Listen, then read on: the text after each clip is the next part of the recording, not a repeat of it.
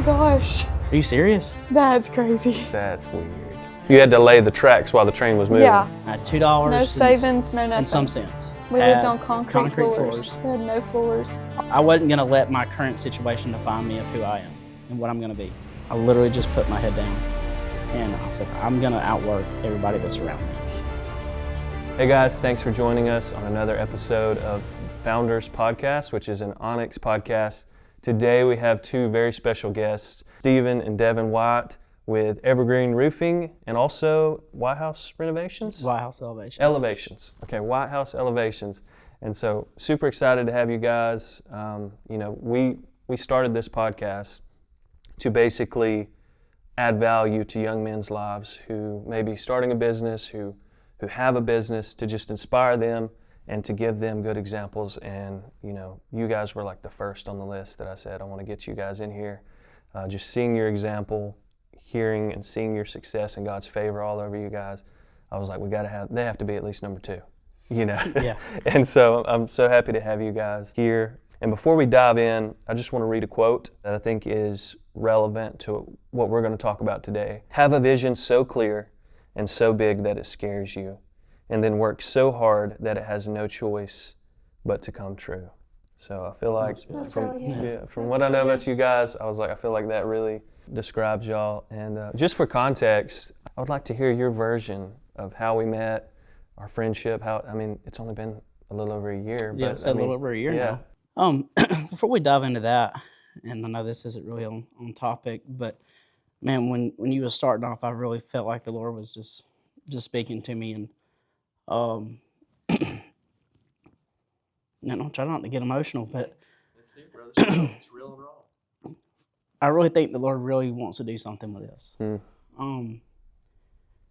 And obviously, He can use this as a ministry platform for you and Adela. Yeah. Dude, sorry. Hey, preach, brother. Come on. I love it, dude. Man, I'm telling you, Lord hit me hard. I can feel it. I don't know, man. I just really felt just His presence, and for what you guys are wanting to do and adding value and pouring into people from a faith place as well. Man, I really feel like God's gonna. I'm telling you, watch this. I really believe that God's gonna bless this. Dude, I apprate that. No, I'm sorry, I had to get that out of the way, man. I'm telling you, He just.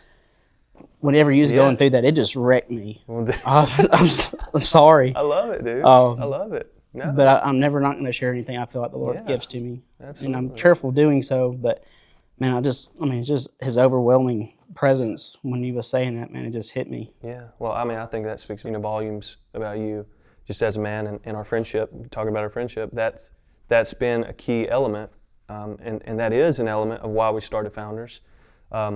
Yes, it's for founders and people who are starting businesses, but then also it's the foundation, a foundation that we're building on Christ and on God and His gospel, and we're called to serve. It's easy to stand out when you have that element, but I appreciate you speaking out like that because that's what we want this podcast to be: is real, raw, and faith-filled. Absolutely. I guess back to the question that you had asked. The first time that I actually remember seeing you, we was actually at the business expo at the venue. Yeah. When you was with Kyle. We were right beside you. Yeah, we were.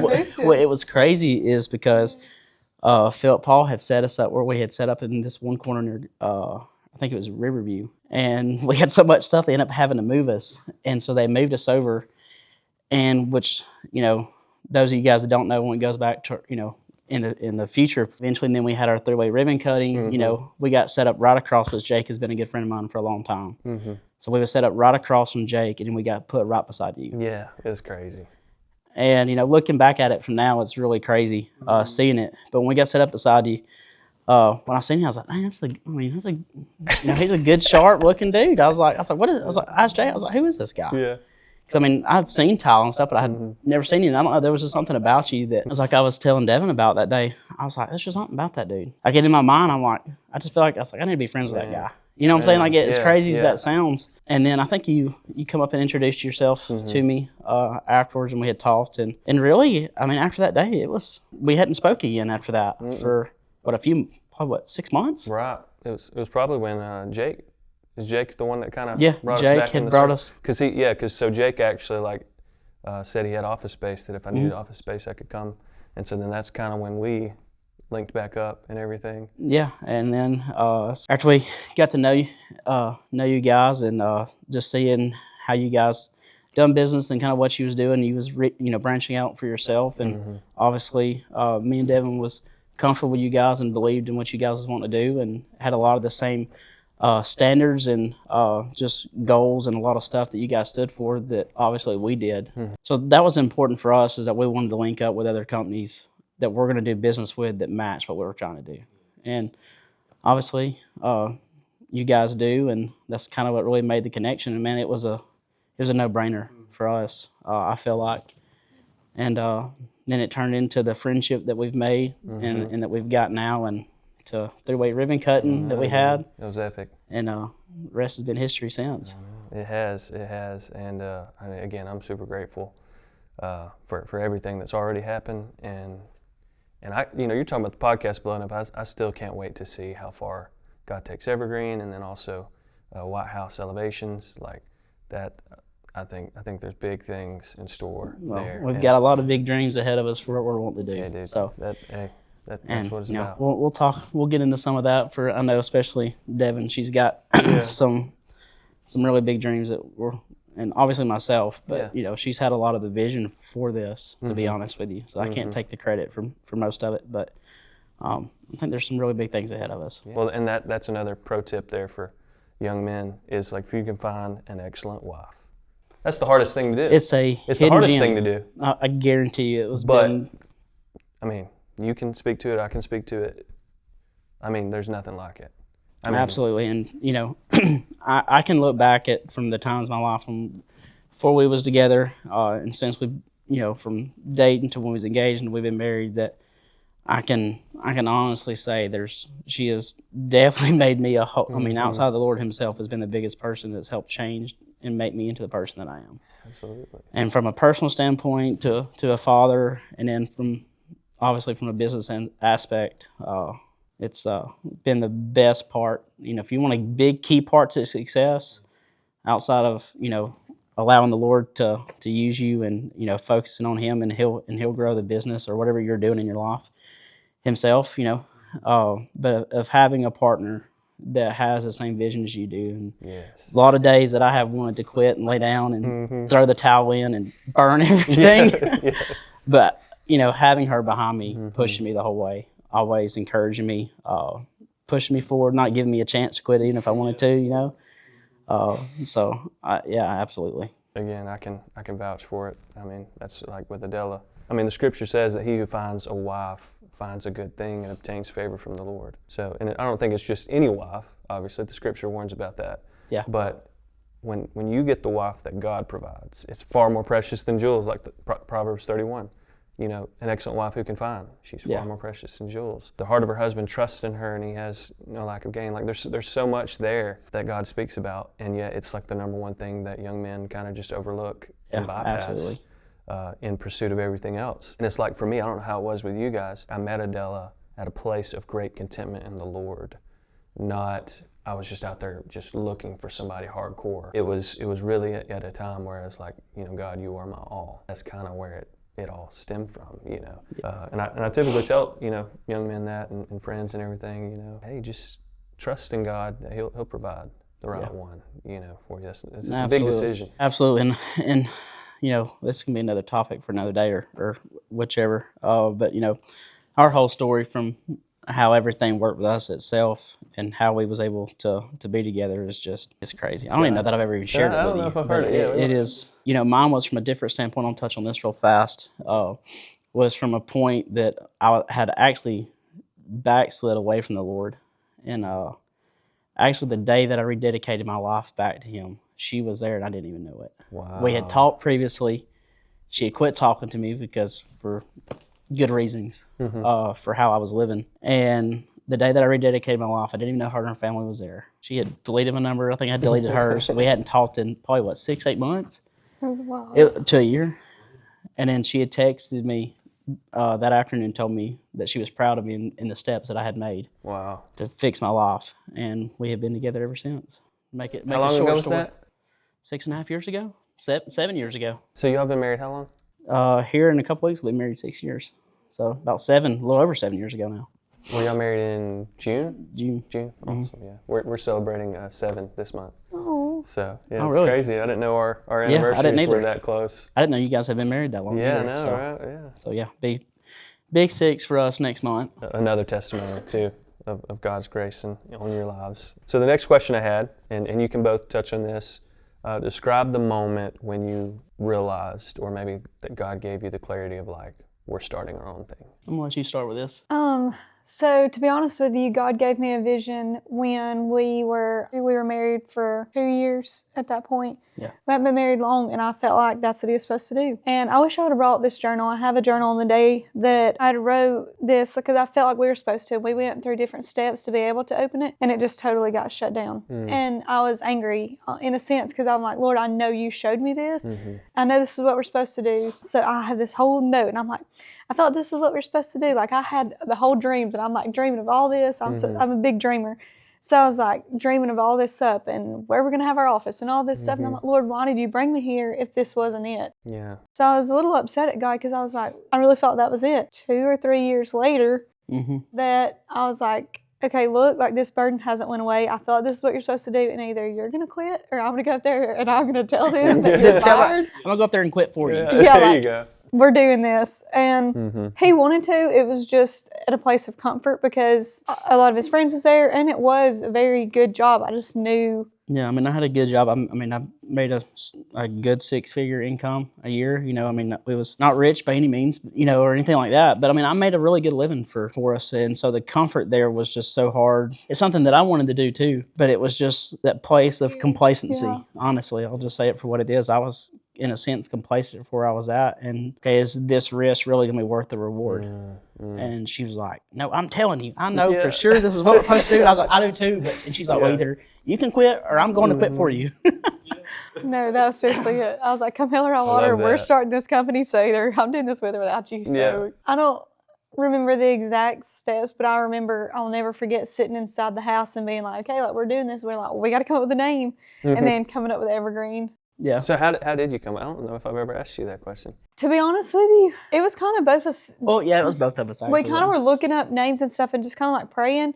And we had just kind of looked up a list, to be honest with you. It was on Google and just kind of looking up names, and Evergreen just spoke out. I had said something to him, then it just kind of started going into like the scripture. And your mom had said something about the Evergreen. It goes back to... So there's a flag. Yes. I wish I'd have brought all this because we have all this wrote down. I really wish we'd have had that. But it went back and had a lot of good stuff in the scripture back in the Old Testament behind it, and the flag, and even for what the Evergreen and actually the meaning of it and what it stood for. And so, once we seen that was something, they obviously they're always green, they never have a season where they die off like a lot of trees, And so when we seen it, and I'm like, that's exactly what. Yeah, and at the time we didn't even know that at first. I feel like the main thing was Evergreen was like, hey, we want to be able to pour in to men where it's Evergreen. Like, I don't care. I want it to last forever. Like, I don't care. I want them to be able to be blessed because, you have to have money to be able to do things. And we want them to be able to be blessed, but more than anything, like spiritually as a father, as a husband,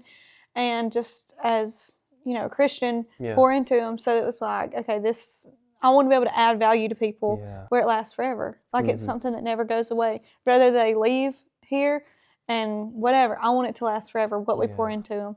And then when his mom, Lord spoke to her and shared all kind of things with the flag in the Bible and stuff. And it was just like, we knew then this was for sure it. Confirmation. Yeah. That's amazing. And at this point, I don't even think I have quit yet. I don't think. No, I don't think so. And, and she kept asking me, she's like, well, what day are you going to do it? When are you going to do it?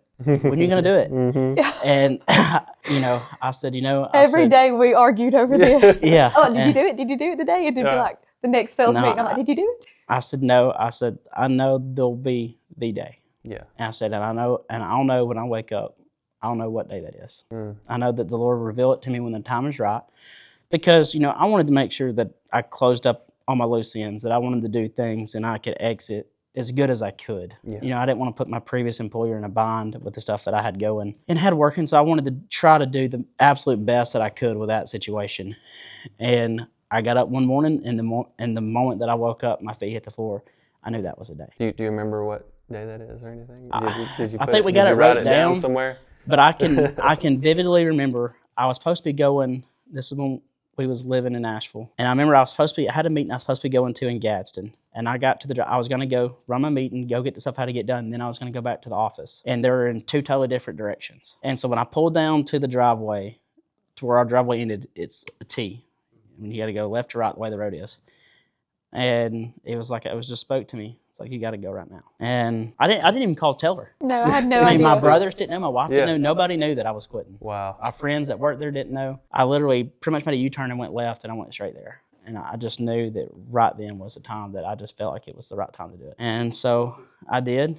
And then after we'd left, after about a month later, we was still trying to get everything together. We was actually in the process of, we had already bought a house through White House that we was working on flipping. So we had that going. And then we rolled Evergreen out in November of 2024. The 14th, yeah. The 14th of 2024 is when. It's my birthday. Oh my gosh. Are you serious? That's crazy. That's weird. Okay, that's That's crazy. weird, dude. What in the world? There's So so many things of our friendship that's like that. That's weird. Well, even just like how she was talking about, like, she kept telling you, like, Adela kept telling me, she was like, have you done it yet? Have you done it yet? Like, she was like, What are you waiting on? Like, there's come just on. so many things like that it's just. I had no idea. And I think we've talked about when I left and, when we started, but I don't know that I've ever told you the date. I had no idea that was on your birthday. That's crazy. Okay. No, I have a bigger reason to celebrate this year. Yeah, that's right. We started that, and we finished up. I think we worked on that other house till first of spring with White House. From kind of start to finish when we left and started, that's how that was. Well, another question I had, talking about the starting of the business, I think something that's common to touch on is, how was the first year? Because, you hear people talk about your first year of business? Or It was very hard. I might have a different take to how a lot of people say about starting your own business or working for yourself. Mm-hmm. Obviously, if you have great risk, there comes great rewards. Mm-hmm. Or you can have great risk and have great falls. So it depends on how hard you're willing to work and that you can believe in yourself and having somebody that's good behind you. But there was a lot of really ups and downs. There's been in the first year, we're pushing on 2 years now. Even the first year and a half going into today. When we first started, for our first full year, we had a lot of success. When we started this business, it was something we thought that was going to be small. Like, his brother was going to work for us. He had a friend that worked, and he was going to work. Yeah. It was not going to be like a company, what we thought. God had different plans. Yeah, we had no intentions. Yeah. When I had left, my full intentions was just for me to continue to sell for myself. And keep doing And houses. have maybe Small, yeah. my brother, and I had one friend of mine that was a nurse that asked if he could sell some on the side. And really, that was the extent of it for me. I had no other really further plans at the time other than that, because we really enjoyed, since we started flipping houses, that was something that she's had a big heart for and that I really enjoy. So really, the plan was just for me to sell for myself, and then to still continue to do that. It just didn't stay like that very long. Because even that's another level of risk and stepping out into the unknown. Because the first step was, let me start a business. But then to build a big business, like the risk involved in that. And I think that's probably where the hard part, because it's like, okay, we built a business, and it didn't stay like that for long at all. I don't even know if it was a month, and God started opening doors and people calling you, then it's like, oh, I haven't talked to this person in years, or even some that you've never spoke to really before, that you might have spoke to a couple times fishing or something. They were coming to us and we're like, okay, this is weird, but it's just, we're going to follow, and it just keeps growing. So it's been a blessing, but it's also a big learning curve, because having the White House business, people say they're business owners, but it means so much different things, because we were a business owner with White House. Mm-hmm. Well, there's no employees. I still worked for somebody else, but there was no employees. Yeah, there was no employees, so we owned a business, and it's like, yeah, we own a business, and we work for ourselves, and we watch over the jobs. So that's kind of what we had in mind. We've had a business before. It quickly grew bigger, and we're like, whoa, there's so much that you don't know until you start getting employees and stuff, and then you learn that, and then you start learning. There's so much that it blew up. That's why I feel like it might have been a little harder for us, just because we kind of started and was like, oh, this is awesome. And then it was took like, off faster than oh crap, what have we done? You had to lay the tracks while the train was moving. Yeah. Oh yeah, and it was hurry up, get them later, get run over. That's exactly. While also fueling the train, right? Yeah.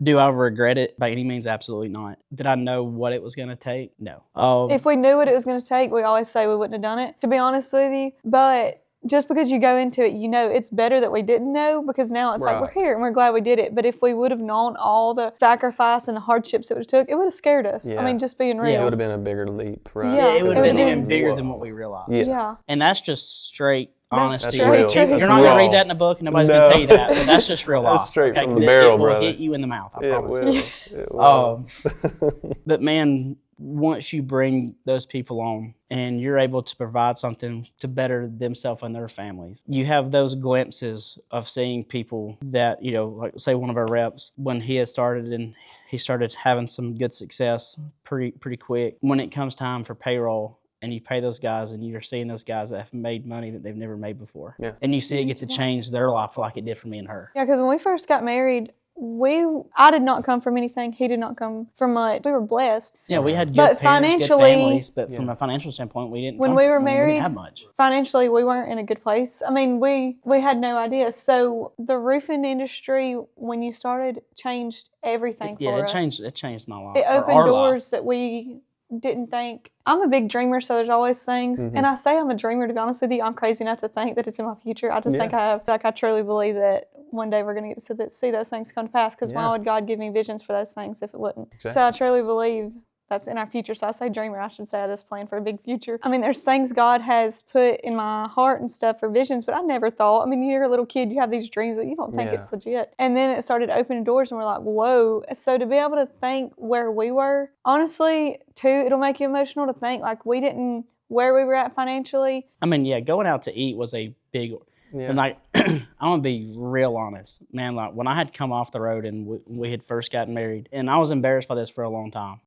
But now it's such, but now- I love it. Now I do. I love of looking back, and I know there's something you always say, and I love it, of just looking back at like little God wins that you can look back on. And when I took the job, when I started in sales in this industry, after my first week of being there, I had $2 to my name. Oh my goodness. I had $2. No savings, no nothing. and some cents. And that was with her working and me working. We had just got married and just got into a house that was a complete disaster. We Had lived on concrete floors. We had no floors. All the nail strips and all the carpet we had ripped up were still around the walls. I mean, nobody had lived in it for years. And like I said, I had $2 to my name.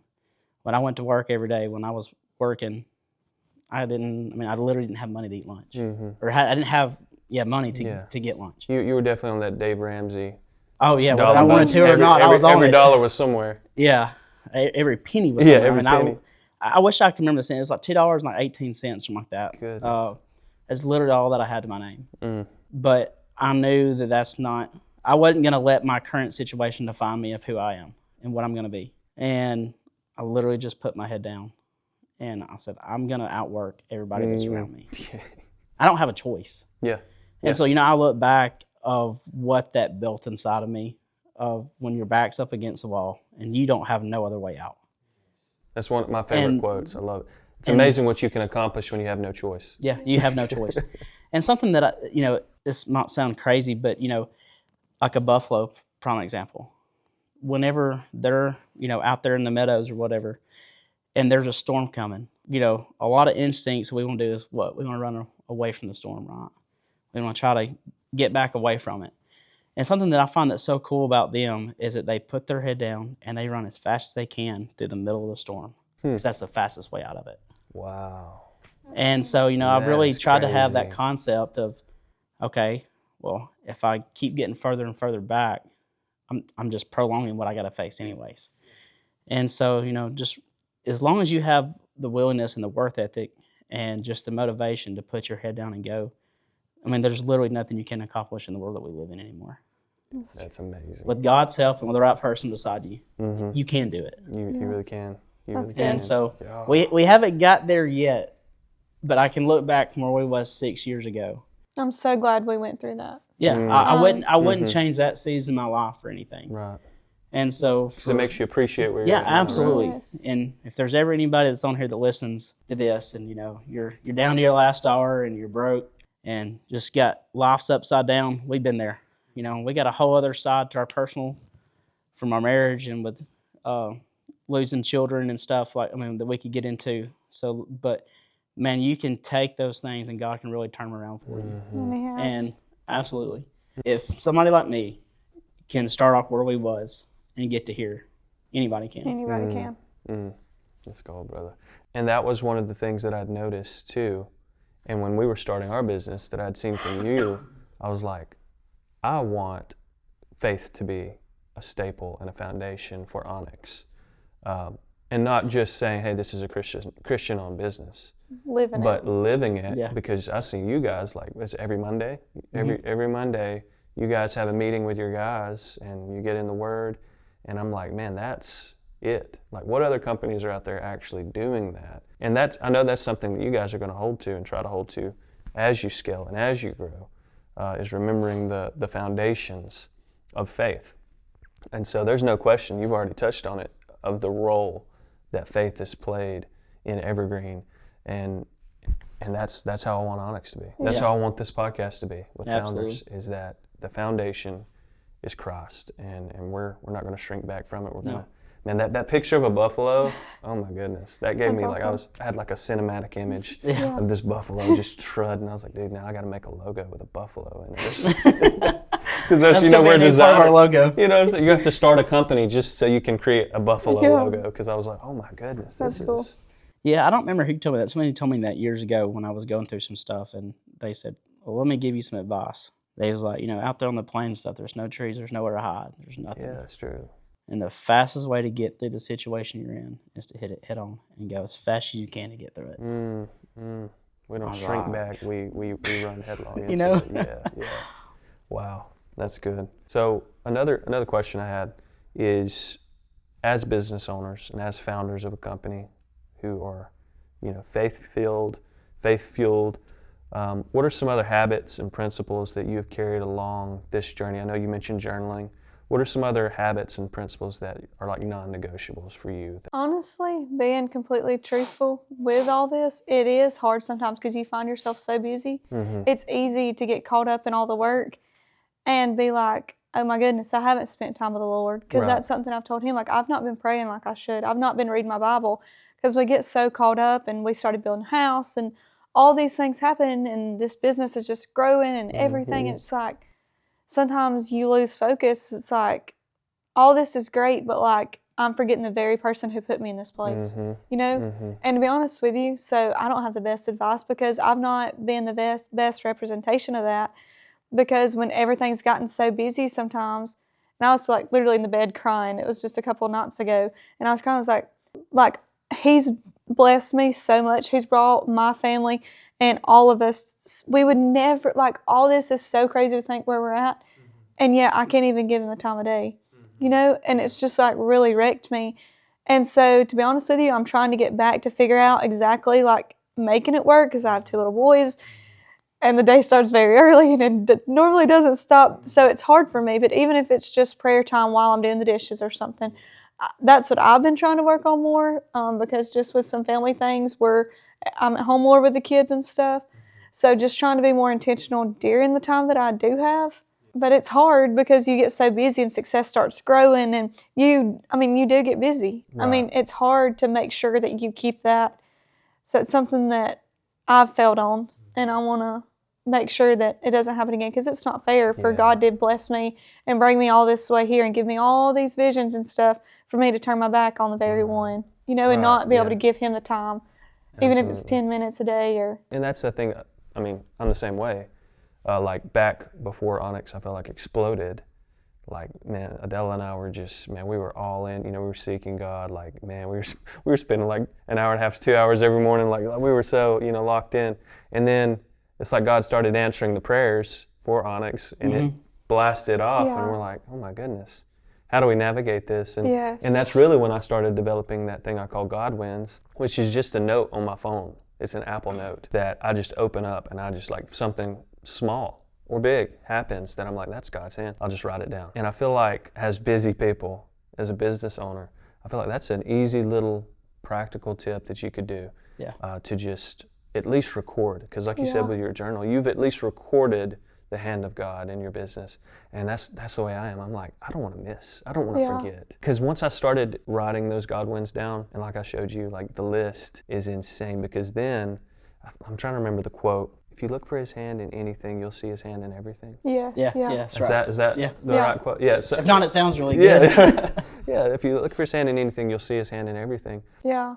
And that's He becomes a part of your day because you're Yes. looking for things like that. yeah. I would say for me, and this is something that's been really big for both of us from a on a business standpoint of handling things in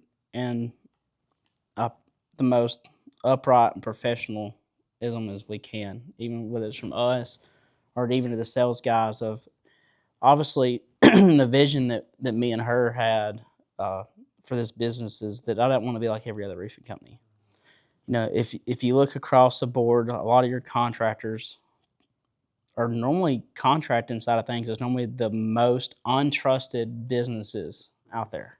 Roofing companies is being one of those. Really. And so, you know, the thing that we was looking at was how do we flip the script on that? Mm-hmm. You know, I had worked very hard, and with the Lord's help of, you know, the years that I had sold and being in the industry, that I built a really good name for myself. You know, just for taking care of people, being professional, looking different than everybody else, acting different than everybody else. And so taking those and implementing into our guys, and that's non-negotiable. Are we going to be the cheapest company that you're going to go find? No, because that's just not how we do business. I'm not going to cut corners on people's houses just to be the cheapest guy out there to go do their job. You know, if we're going to do things, they're going to be done with the utmost honesty and integrity that we can do, the utmost professionalism, and to give them the best product that they can get for the money. Mm-hmm. And that stuff, and of how we take care of our customers, how we, you know, treat each other, and just how we do things, that I want us to be set apart and look different than anybody else that's in our industry. And I feel like if you do those things and you keep the Lord first, it'll grow. We've had several people talk to us, and in our previous podcast we had done with Mayor Taylor, he said, you and your guys just look different. Y'all don't look like every other roofing company.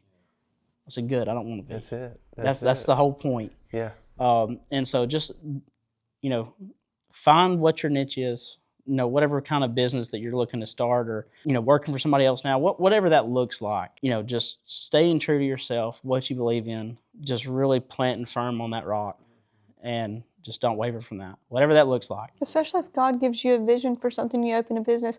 To me, it's almost dishonoring to God if you don't hold up to his standards. You know, to me, if God gives you a vision for you to open up a business, if he gave you that vision and you open the business and you don't stand firm, to me, it's almost, I feel like I'm dishonoring God. Yeah. So it's something that's really important to me, because I'm like, Lord, you blessed us and you gave us this vision. I couldn't have done this without you. Yes. So Just holding ourselves accountable to Yeah. that, you know.